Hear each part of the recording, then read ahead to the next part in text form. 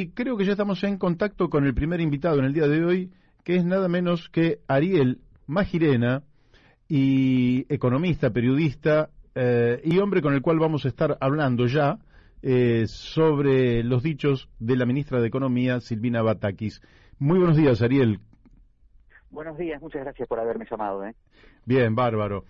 Bueno, para mí es un gusto charlar con vos. Recién nos estamos conociendo desde el punto de vista de la comunicación, pero leí una nota que vos escribiste, me pareció sumamente interesante, una mirada crítica sobre lo que ha dicho Silvina Batakis en el día de ayer. Y bueno, mi primera pregunta es, ¿por qué considerás que Silvina Batakis, y visto que la orientación que le había dado el ministro Martín Guzmán al manejo de la economía nos llevó verdaderamente a la agudización de la crisis estructural en la que está envuelta la Argentina, elige justamente ratificar la misma dirección, el mismo rumbo, el mismo sentido? ¿A qué atribuís vos esta definición, por lo menos en el día de ayer, que hizo Silvina Batakis? Bueno, lo primero que tenemos que observar es que un ministro de Economía es algo así como un piloto de avión, es un técnico experto que te va a llevar al destino que está asignado por el cronograma de vuelo, pero de ninguna manera decide a dónde es que te lleva, es simplemente el técnico que te va a llevar al destino.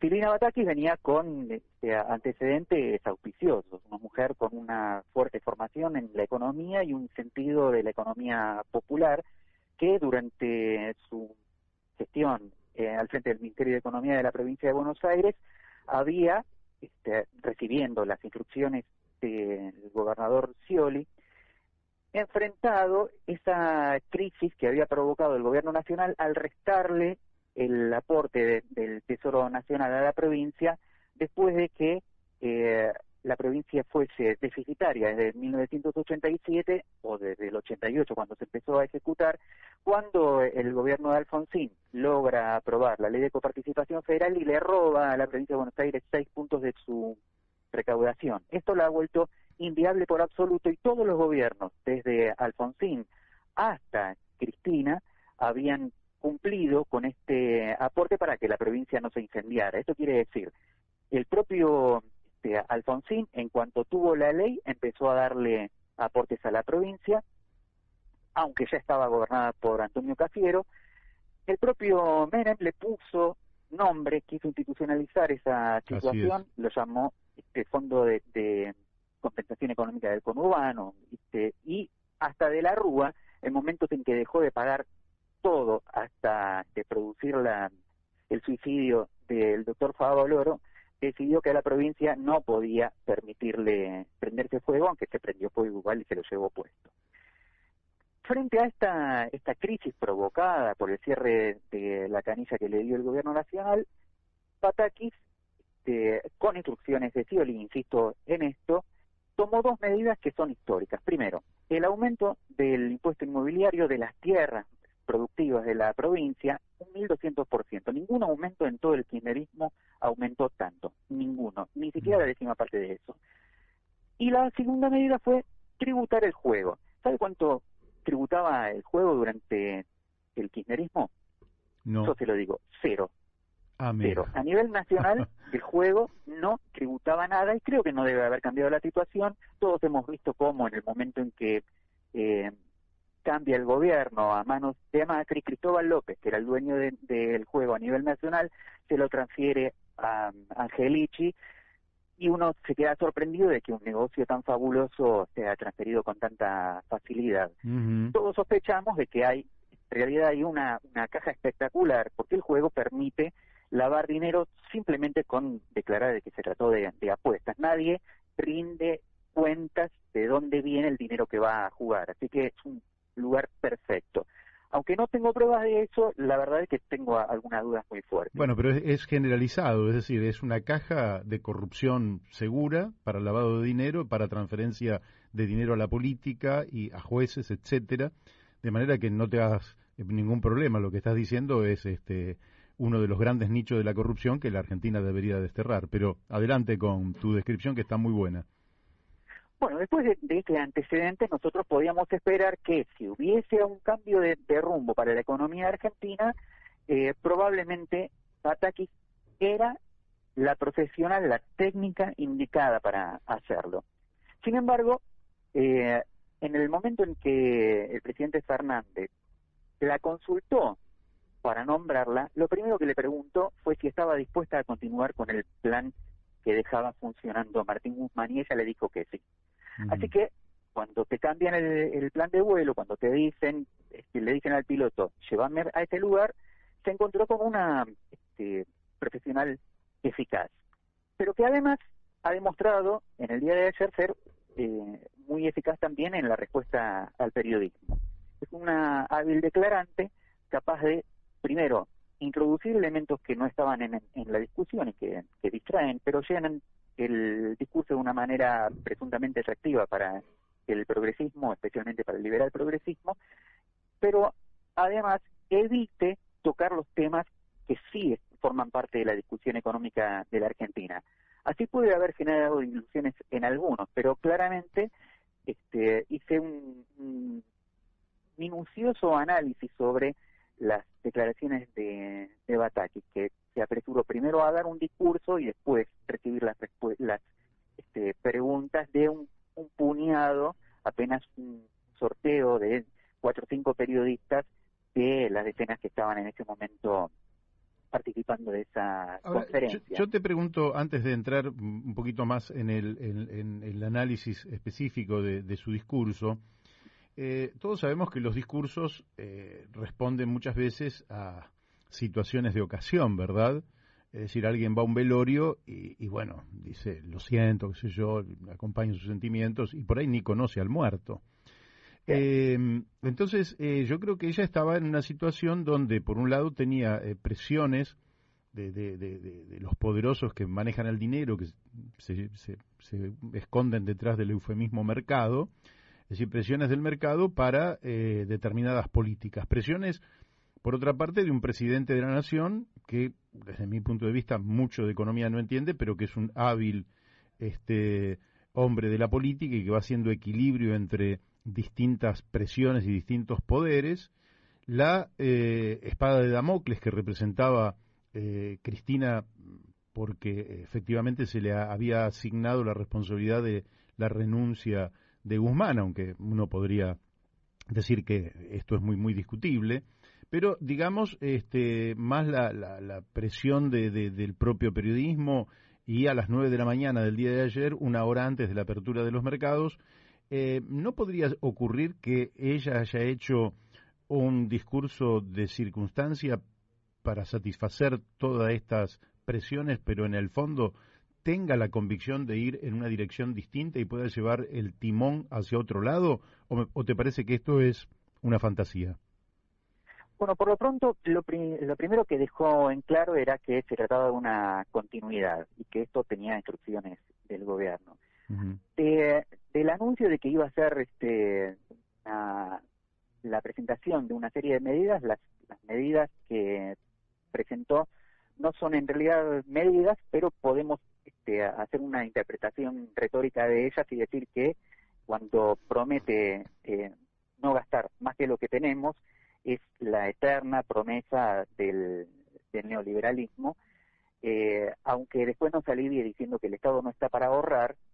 Dice nos ofrece una alternativa que funcionó en la provincia de Buenos Aires y que es una alternativa de ajuste, que sirve para el control, pero que en definitiva lo que está buscando es el ajuste. No estamos interpretando en ninguno de los puntos que mencionó la ministra Batakis algo parecido a lo que fue el tratamiento de la crisis durante el gobierno de Néstor Kirchner, que decidió que con sus magros depósitos en reserva soberana, dedicarlos primero a aliviar el peso sobre la población argentina, fortalecer la economía interna, elegir cuáles son los sectores de la economía que estaban en condiciones de recuperarse con mayor facilidad para producir un ingreso de divisas, y en el primer momento que pudo, deshacerse de las presiones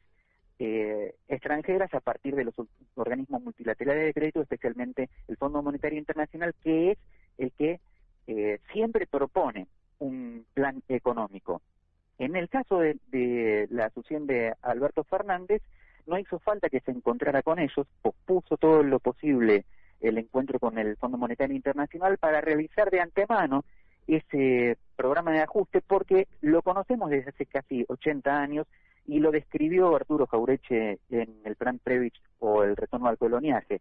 Es el mismo plan y no ha llevado en ningún caso, en ningún momento de la historia, al salvataje de las economías que se vieron vulneradas precisamente por este plan que está al servicio del sistema financiero internacional. Cuando Batakis habla de las medidas que va a tomar, todas apuntan al ajuste, y cuando Alberto Fernández habla o habló, confesó al inicio de su mandato de que él no creía en planes, se trataba exclusivamente de haber aceptado a priori el plan del Fondo Monetario Internacional. La renuncia de Martín Guzmán no puede ser atribuida al discurso de Cristina de ninguna manera, o Guzmán es el único tipo que yo conozco en el mundo capaz de redactar en pocos minutos 7 páginas con una renuncia, con los conceptos que él fue capaz de hacer. Para Guzmán esto ha sido un alivio y además un paso más en la carrera a sus propósitos de ser en el futuro, lo más cercano posible, funcionario del Fondo Monetario Internacional, como lo ha sido su mentor, Joseph Stiglitz, premio Nobel de Economía, precisamente por capitalista heterodoxo y no precisamente por populista. Claro, ahora una consideración así, no tan marginal, porque hay un analista cordobés que ha hecho muchos trabajos sobre las malas praxis del Fondo Monetario Internacional en relación a la economía argentina desde 1956 a la fecha, ¿no?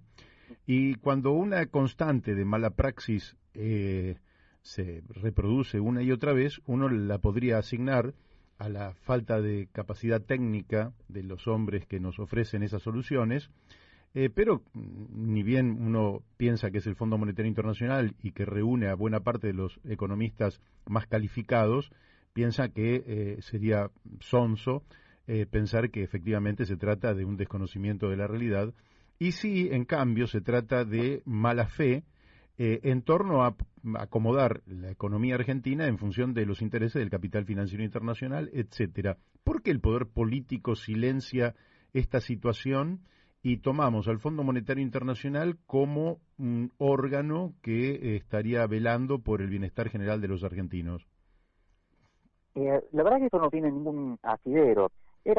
Fue Scalabrini Ortiz el que habló de la crisis perfecta, una crisis que no se podía explicar porque, sobre todo en un país con la cantidad de recursos que tiene la Argentina, recursos soberanos que siguen valorizándose, pasa el tiempo y cada vez somos más ricos en virtud del mercado internacional. Sin embargo, nosotros creemos esta crisis, una crisis autoinfligida que tiene que ver con los compromisos de una clase política que es ambiciosa y está siempre receptiva al tipo de sugestiones que le pueden llegar a hacer, y estas los convierten inmediatamente en ricos. Alguna vez la expresidenta Cristina, en un discurso frente al G20, denunció al anarcocapitalismo, pidió reglas claras para manejarse dentro del capitalismo, pero denunció también que circulaba en ese momento, yo presumo que en este momento debe haber más que eso, 3 veces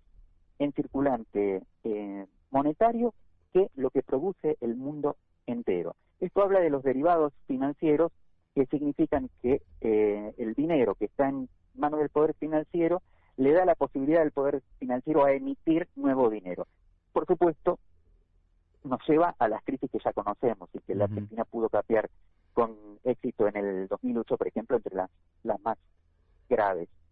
El Fondo Monetario Internacional nace en un momento particular de la historia del mundo, al finales de la Segunda Guerra Mundial. Es uno de los organismos como resultado de la propensión a la multinacionalización del mundo, que después se consumó en lo que se llamó globalización, muy lejos de la mundialización de la que hablaba Perón, absolutamente, en la que los países participan soberanamente de un acuerdo global, ¿no? de un acuerdo planetario.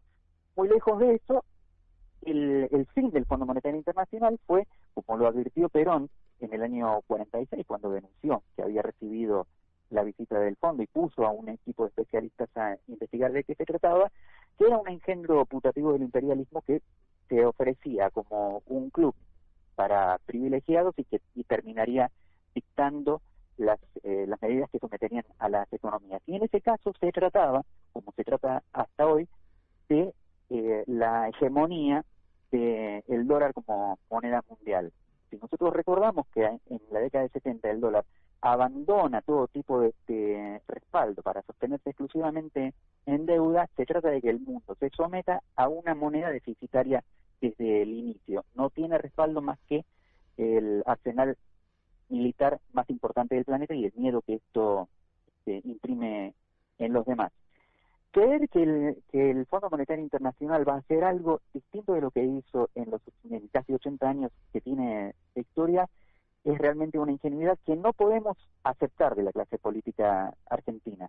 Pero la capacidad de corrupción que tiene el sistema capitalista hoy, merced a lo que declaró Cristina, que hay 3 veces lo que el mundo produce, con ese dinero que sobra, alcanza para comprar las voluntades de todas las clases políticas del planeta o de eliminar a los que sean lo suficientemente molestos y haya necesidad de eso, sino con la cancelación alcanza, nos quitan de lado. Muy bien. Pero lo más grave de esta situación frente a la deuda que comete el gobierno de Alberto Fernández tiene que ver con la traición a uno de los éxitos más importantes que había tenido Cristina Kirchner, que fue que las Naciones Unidas apoyaran un repudio y medidas en contra de los fondos buitre.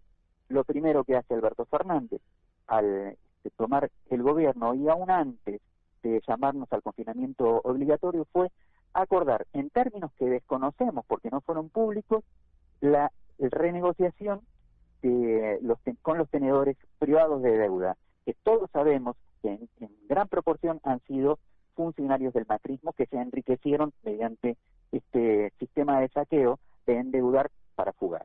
De acuerdo, estoy totalmente de acuerdo con lo que decís. Ahora vuelvo un poquito a Batakis, no me quedan muchos minutos, pero los vamos a tratar de aprovechar. Ella plantea algo que es, evidentemente, es una demanda que aparentemente ha quedado en manos de la derecha, que es el equilibrio fiscal, pero que sin embargo la solvencia del Estado, como también ha dicho ella, es algo en lo cual gente, por ejemplo, como yo que soy no tengo nada que ver con esos sectores, creo que el Estado tiene que ser solvente, ¿verdad? Ahora, al mismo tiempo que ella plantea la necesidad de la solvencia del Estado, se plantea que lógicamente que estamos en un contexto de mucha complejidad y yo estoy llevando a un aspecto, a un solo aspecto toda la materia, pero que sirva de ejemplo en todo caso. Dice que se va a respetar la deuda en pesos, ¿verdad? Pero que no solo se va a respetar, sino que se va a instrumentar la política que había recomendado el Fondo Monetario Internacional de que las tasas de interés sean positivas, quiere decir que sean superiores a la inflación. Ya estamos hablando de una inflación muy alta, entonces las tasas de interés por arriba de esa inflación, evidentemente lo que van a hacer es alimentar el proceso inflacionario, porque evidentemente mayores tasas de inflación de interés generan mayor inflación, pero además van a ir en línea con la insolvencia del Estado, porque si ya estamos alrededor de 7 billones de pesos en LELIX, por ejemplo, siempre simplificando los términos, ¿verdad? Una tasa de interés superior a la que estamos pagando da la impresión de que no tiene nada que ver con el principio de equilibrio fiscal y solvencia del Estado. ¿Cómo lees esto? Lógicamente, en un contexto más amplio, pero por falta de minutos lo dejamos reducido a este ejemplo. Bueno, primero a tu análisis, para hacerlo lo más sintético posible, le digo, sí, absolutamente, es así. Además, que de lo que está hablando es de tasas positivas para la cartera de inversiones en el Estado. Esto significa que el ahorrista no tiene esa posibilidad. Así como no podemos no pueden las familias comprar LELIQs, las LELIQs pagan tasas usurarias a los bancos, tasas fabulosas a los bancos solamente para mantener el equilibrio de la circulación de los pesos. De esa cartera estamos excluidos nosotros. Esos utilizan ese recurso que es en realidad un endeudamiento. Pero ¿cómo se hace frente a esto? ¿Cómo es que uno podría proveerse de un crédito sin recurrir a las inversiones extranjeras? Pues bien, esto ya fue respondido durante los primeros gobiernos de Perón y también durante el tercero. 8 meses nada más le quedaban de vida a Perón y recuperó ese camino. Cuando Perón se encontró con que se estaba fortaleciendo el dólar frente a las monedas de todo el mundo, decidió, mediante la nacionalización del comercio exterior, convertir a los recursos de la Argentina en la moneda de intercambio, de tal manera que cuando salía un barco con cereales a cualquiera de los mercados que nos comprara, cuando volvía con insumos de capital, con tecnología, con todo aquello que fue capaz de producir una revolución industrial verdadera en la Argentina, que llevó a un país exportador de porotos a convertirse en una de las 10 o 12 potencias industriales más importantes. Por otra parte, tampoco se puede hablar de una posibilidad de recuperación del crédito, ni del equilibrio, ni del prestigio fiscal mediante la utilización del esquema de deuda y devaluando el valor de la moneda cotidianamente, como está ocurriendo. Hoy la moneda argentina vale menos de la mitad de lo que vale la moneda del país más pobre del continente, que es Haití. Y esto teniendo en cuenta que Haití no tiene ninguno de los recursos y que está permanentemente acosado por desastres geológicos, meteorológicos e incluso políticos, con una clase política corrupta al nivel que nosotros ni nos imaginamos. Nuestra moneda debería apreciarse en lugar de depreciarse, para que el valor del trabajo argentino tenga un valor internacional, porque lo que se deprecia con el salario es el valor de la vida misma. ¿Tenemos recursos para solventar nuestra moneda? Todas las monedas fuertes se solventan en algo. Por ejemplo, China, que no es productor de oro, se solventa en oro, invierte en oro, compra en oro de donde sea para solventar su moneda. Y luego decide cuánto es que vale su moneda, porque esa es atribución de los bancos centrales que tienen, como el nuestro, autonomía. Si la Argentina eligiera cualquiera de los recursos, porque además como la economía es un mecanismo fiduciario, uno puede incluso solventar la emisión de moneda en el producto de la cosecha del año que viene. Pero si quiere hacerlo en base a recursos que están todavía inexplorados e inexplotados, en Argentina podría hacerlo porque el mundo quiere mucho de lo que nosotros tenemos, y en eso sí acierta Alberto Fernández, donde yerra, o donde en realidad claudica, es en establecer mecanismos de comercio a pérdida de la Argentina. Porque si hoy dijéramos que hacemos valer nuestra moneda en virtud de las reservas, por ejemplo, de litio, podría ser de agua, podría ser de gas, pero si eligiéramos el litio, que está aumentando todos los días su valor, el problema que tendríamos es que el Banco Central debería rebajar el valor de la moneda respecto del litio, porque si no se valorizaría por encima de lo que necesitamos. Con esto, la Argentina podría salir y además los argentinos tendríamos un instrumento de ahorro del cual hoy carecemos. Hoy el mercado está siendo subvencionado con el trabajo de los que trabajan y con el sufrimiento de los que sufren. Muy bien. No te voy a preguntar si sos optimista o pesimista respecto de los próximos tiempos, porque creo que nos has brindado un panorama. Lamentablemente se me fue el tiempo, pero si querés te otorgo los últimos 30 segundos por si algo, nos ha quedado tanto en el tintero, ¿no? Pero para que vos lo cierres y seguramente próximamente volvemos a charlar y profundizamos otros temas. Nada, para 30 segundos, solamente agradecerte y estar a tu disposición para cuando te parezca, y con otros temas que seguramente son de la agenda que importa al pueblo. Muy bien. Ariel Magirena, economista, periodista y muy claro al exponer. Te mandamos un fuertísimo abrazo. Abrazo enorme. Gracias.